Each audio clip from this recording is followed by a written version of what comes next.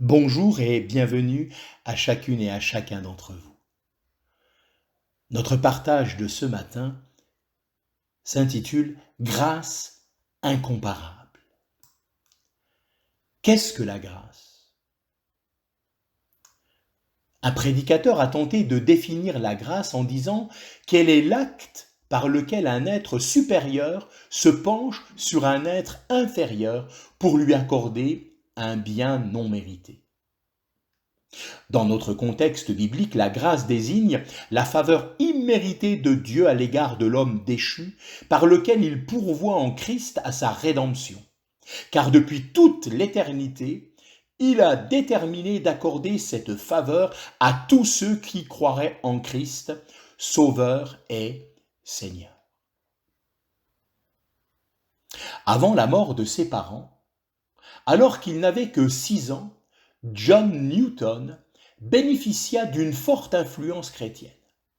Il fut envoyé alors vers un parent incrédule qui se moqua du christianisme et abusa de lui. Enfin, pour échapper à ces conditions, Newton se porta volontaire dans la marine britannique où il devint esclave des péchés les plus grossiers. Il déserta et partit pour une région d'Afrique où il pouvait, comme il disait, faire son plein de péchés et vivre dans une dégradation inqualifiable. De là, il se fit embaucher comme navigateur sur un navire d'esclavagistes, où il continua sa vie dévergondée.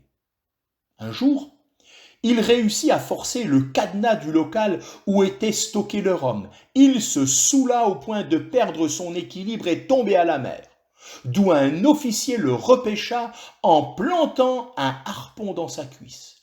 Il en porta l'énorme cicatrice jusqu'à la fin de ses jours.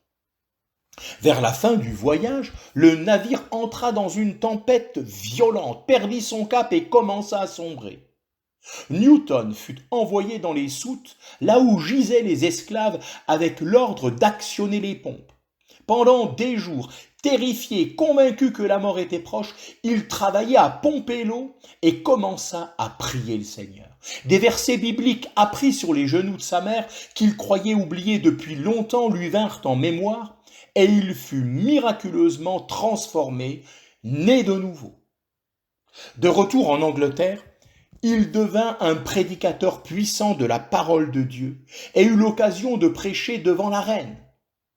C'est en rappelant les circonstances de sa conversion qu'il composa les paroles du cantique célèbre Amazing Grace.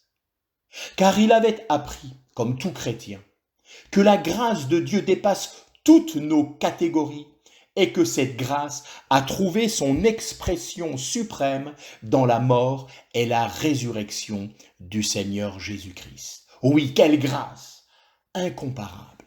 Que Dieu vous bénisse richement.